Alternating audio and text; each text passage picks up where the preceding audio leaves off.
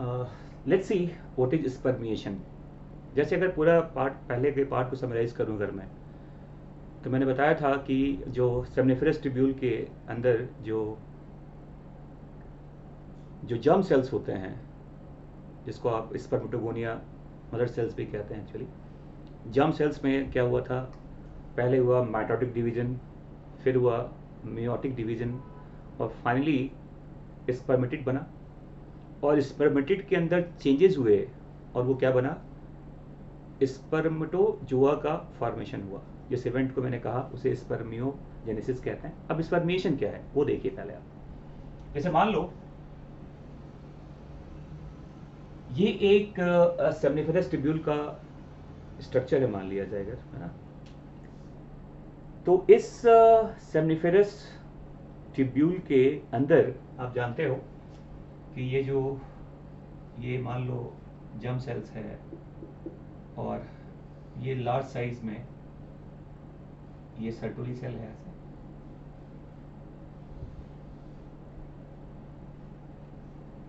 ठीक है। तो ये अगर मान लिया जाए ये जर्म सेल है और ये सर्टोली सेल है, ठीक है। ये एक ट्यूब्यूल का पार्ट हो गया ऐसा मान लो, और ये मान लिया जाए अगर ये दूसरा सेमनिफरस ट्यूब्यूल है, उसी तरह का स्ट्रक्चर है ये, है ना। अब आप जानते हैं कि अलग अलग स्टेज के जो जैसे मैंने कहा कि टाइप ए स्पर्मेटोगोनिया है, फिर टाइप बी बन जाता है, वो टाइप बी में डिवीजन नहीं होता, फिर वो कन्वर्ट होता है प्राइमरी स्पर्मेटोसाइट में। तो अलग अलग स्टेज के जो, देखो ऐसे, जैसे मान लो ये एक स्ट्रक्चर है, फिर दूसरा स्ट्रक्चर है ऐसे, ये इस तरह का स्ट्रक्चर बना, ऐसे बना, और ये फिर एक इस तरह का एक ग्रोइंग स्पर्मेटोजोआ का स्ट्रक्चर देख पा रहा है ऐसा देखिए।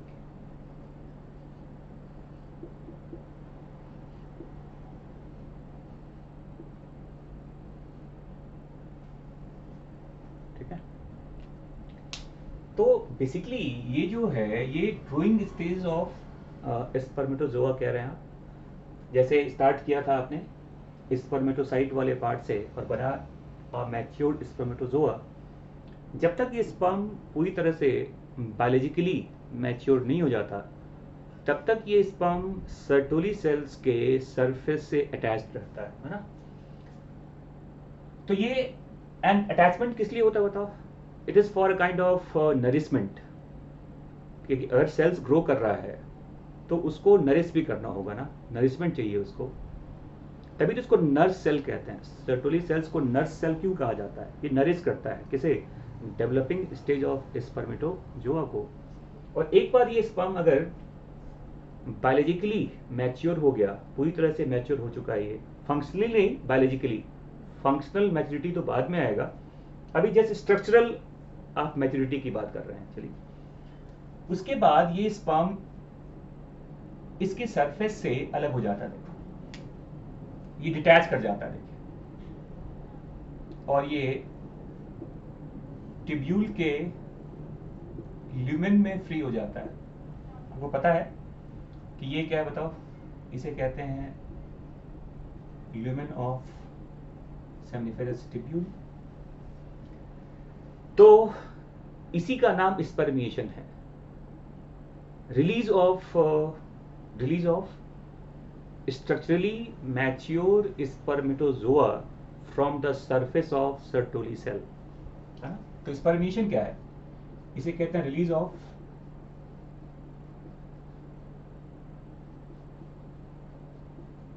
Structurally mature spermatozoa from the surface of Sertoli cells। और ये रिलीज होने के बाद आपको पता है, अगर पूरा पाथवे देखा जाए इसका, तो ये स्पर्म टिब्यूल, जैसे मान लो एक टिब्यूल का पार्ट, आपको पता है टिब्यूल ही बाद में ऐसे नैरो हो जाता है स्ट्रक्चर, और ये बनता है क्या, इसे कहते हैं ट्यूबुली रेक्टी, है ना, क्या बनता है, ट्यूबुली रेक्टी। तो ये पहले कहाँ पे आएगा, ट्यूबुली रेक्टी में, और आपको पता है कि ये सारे ट्यूबुली रेक्टी फिर मर्ज कहाँ करते हैं, टेस्टिस का जो एक पार्ट है उसे कहते हैं रेटी टेस्टिस, तो दैट मर्ज इन रेटी टेस्टिस, और रेटी टेस्टिस से ये जाता है कहाँ फिर, वासा इफ्रेंसिया में। इस वासा इफ्रेंसिया के बाद ये जाएगा कहाँ, एपिडिडाइमिस में, जो टेस्टिस के बाहर होता है actually, and that epididymis open into another duct called vas deferens. Vas deferens का ओपनिंग अगर आप ह्यूमन मेल्स की बात करें तो ये ओपन होता है कहाँ, आप जानते हैं कि वास डिफरेंस का जो एंड है उसको एम्पुला कहा जाता है, और एम्पुला का जो सिक्रीशन है वो जाता है कहाँ, a duct called common ejaculatory duct, और इस डक्ट का सिक्रीशन सेमाइनल, चूंकि कॉमन डक्ट का मतलब क्या है, it also receive the secretion of seminal vesicle, जो ग्लैंड होता है, एक्सरी ग्लैंड है मेल में। तो ये जो डक्ट है ये अब ओपन कहाँ हुआ, ये ओपन होता है यूरेथ्रा में, और आप जानते हैं फाइनली जो स्पर्म यूरेथ्रा से, या जो पूरा सीमेन होता है एक्चुअली, ये यूरेथ्रा से बाहर आता है, and that is the part of ejaculation. तो बेसिकली केवल स्पर्म बाहर नहीं आ रहा, डक्ट के सिक्रीशंस भी साथ में आते हैं, ग्लैंड के सिक्रीशन भी साथ में आते हैं, और ओवरऑल अगर पूछा जाए कि सीमेन का फॉर्मेशन कंप्लीट कहाँ हुआ, तो ये होता है कहाँ, यूरेथ्रा में। तो overall the term semen can be used when a complete fluid along with the spermatozoa comes into the urethra, और यूरेथ्रा में सभी तरह के ग्लैंड्स, सभी तरह के डक्ट के सिक्रीशन, और साथ में मिलियंस में स्पर्मेटोजोआ पहुंचते हैं, और वहीं पर सीमेन का क्या होता है, फॉर्मेशन होता है, और ये सीमेन बॉडी से बाहर आ गया जिसे कहते हैं इजैकुलेशन। अगर ये सीमेन चला गया फीमेल जेनिटल ट्रैक्ट में तो उसको कहेंगे इंसेमिनेशन कहते हैं इसको। इजैकुलेशन हमेशा फीमेल जेनिटल ट्रैक्ट में नहीं होता।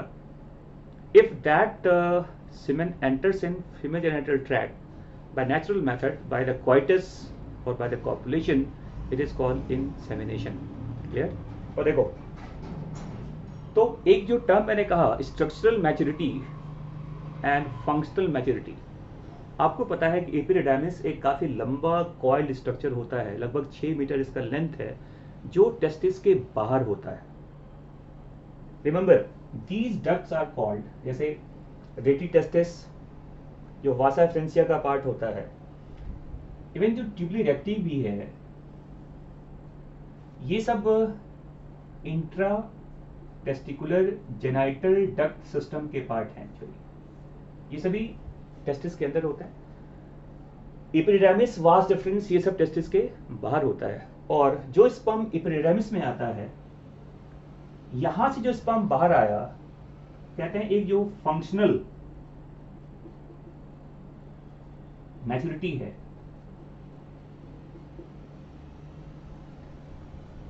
स्पर्म का जो अपना एक मूविंग एक्टिविटी होता है, वैसे ये मूवमेंट तो कैपेसिटेशन के बाद ही प्रॉपर होगा जो फीमेल ट्रैक में होता है, but sperm somehow gain its own mobility और movement, and that is the part of functional maturity, and that is completed in epididymis. Epididymis के दो फंक्शन होते हैं। ये काफ़ी लंबे समय तक 1 से 1.5 महीने तक ये स्पर्म को स्टोर भी करता है, ये फंक्शनल मैच्योरिटी में इन्वॉल्व होता है ना। और ये चीज़ याद रखिएगा कि एक बार जब इजैकुलेटरी डक्ट से सीमेन कहाँ पहुंच गया, यूरेथ्रा में, इस इवेंट को इमिशन कहा जाता है। और जब ये बॉडी से बाहर आ गया, इस इवेंट को क्या बोलते हैं, इसे इजैकुलेशन कहा जाता है। और मैंने कहा अगर ये कहाँ चला गया, फीमेल ट्रैक में नेचुरल मेथड से क्वाइटस के थ्रू, तो इसे कहते हैं इंसेमिनेशन। और आपको पता है कि जो सीमेन है, एक्चुअली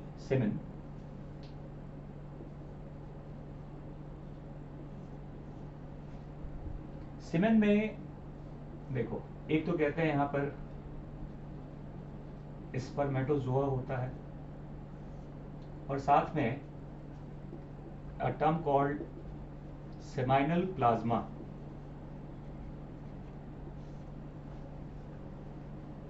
जैसे ब्लड की बात करते हैं, ब्लड में दो चीजें होती हैं, blood cells and blood plasma. वैसे ही सीमेन में दो चीजें होती हैं, एक तो है स्पर्मेटोजोआ और दूसरा है सेमाइनल प्लाज्मा। सीमेन का वॉल्यूम पूछा जाए अगर पर इजैकुलेशन ह्यूमन मेल्स में, ये 2 से 5 ml के बीच में होता है ना, 2 to 5 ml के बीच में है। और इसमें नंबर ऑफ स्पर्म ये काफी ज्यादा है, लगभग 200 से 300 मिलियन। ये नंबर ऑफ क्या है, स्पर्मेटोजोआ। और जो उसका पूरा का पूरा फ्लूइड है, ये फ्लूइड कहाँ से आते हैं, तो कई तरह के ग्लैंड्स हैं और डक्ट भी होता है। हर तरह के डक्ट से कुछ ना कुछ फ्लूइड सिक्रीट होता है, चाहे वो एपिडाइमिस हो, चाहे वो वास डेफरेंस हो, है ना। तो डक्ट और ग्लैंड के सिक्रीशन को कंबाइंड फॉर्म में क्या बोलते हैं बताओ, सेमाइनल प्लाज्मा कहा जाता है। और ये प्लाज्मा इसके साथ मिलकर, स्पर्मेटोजोआ के साथ मिलकर क्या बनाएगा, सीमेन का फॉर्मेशन करता है। ठीक है, तो ये था आपका event of spermiation and the further how that complete semen get out और comes out from the male's body. तो ये पूरा पाथवे समझ में आ गया होगा आपको कि स्पर्म का बनना स्टार्ट कहाँ से हुआ, यहाँ से। ये क्या है, स्पर्मेटोगोनिया, जिसको जर्म सेल्स कह रहे हैं। इसको ग्रो करने में, इसको डेवलप करने में हेल्प किसने किया, सर्टोली सेल्स ने, इसको नर्व सेल कहते हैं। और फिर मैंने कहा कि ये सर्टोली सेल्स के सरफेस से बाहर आ गया, इसे स्पर्मिएशन कहते हैं। स्पर्मिएशन के बाद जो स्पर्म का मूवमेंट है वो पहले आता है ट्यूबुली रेक्टी में, जो ट्यूब्यूल का ही स्ट्रेट पार्ट होता है एक्चुअली। ये जो ट्यूबुली रेक्टी है, ये सब एक नेटवर्क ऑफ वेसल्स में जाकर मर्ज करता है, जिसे रेटी टेस्टिस कहते हैं। रेटी टेस्टिस से बाहर क्या आता है, वासा एफरेंसिया, जो कहाँ मर्ज करता है, एपिडिडाइमिस के अपर पार्ट में। और एपिडिडाइमिस के लोअर पार्ट से ही क्या अपीयर होता है, डक्ट कॉल्ड वास डेफरेंस। और वास डेफरेंस फिर कहाँ पहुंचा, एम्पुला में। जो वास डेफरेंस का एंड होता है उसको एम्पुला कहते हैं। ये टेस्टिस के नजदीक होता है, सॉरी ये ब्लडर के पास होता है एम्पुला। और एम्पुला का सिक्रीशन कहाँ गया, कॉमन इजैकुलेटरी डक्ट में, CD कॉमन इजैकुलेटरी डक्ट कहते हैं इसको। और इस डक्ट का जो सिक्रीशन वो कहाँ गया, यूरेथ्रा में, जिसे इमिशन कहते हैं। और यूरेथ्रा के थ्रू ये बाहर आता है, यूरेथ्रल ऑरिफिस के थ्रू, उसे इजैकुलेशन कहा जाता है। So that's all about the event of, complete event of, मैंने आपको बताया अलग अलग वीडियोस में। ये पूरा पार्ट है स्पर्मेटोजेनेसिस का। और बता दूं मैं आपको कि स्पर्म का बनना स्टार्ट यहाँ से हुआ था और ये इजैकुलेट हुआ, इसमें लगभग 64 से 74 डेज का टाइम लग जाता है। ये कोई 24 आवर इवेंट नहीं होता। कंप्लीट ह्यूमन बॉडीज की बात करूं अगर, ह्यूमन मेल्स में, तो स्पर्म के बनने में जो पूरा टाइम है और उसका पूरा इजैकुलेशन का अगर पूरा टाइम देखा जाए तो ये लगभग 64 टू 74 डेज का है। मतलब जो स्पर्म अगर ह्यूमंस मेल से बाहर आया है उसका फॉर्मेशन, उसका बिगिनिंग लगभग 64 टू 74 डेज पहले हो गया होगा। ठीक है, तो ये था ऑल अबाउट द स्पर्मेटोजेनेसिस। अब मैं आपको नेक्स्ट वीडियो में बताऊंगा what is the event of oogenesis and how female gamete get formed.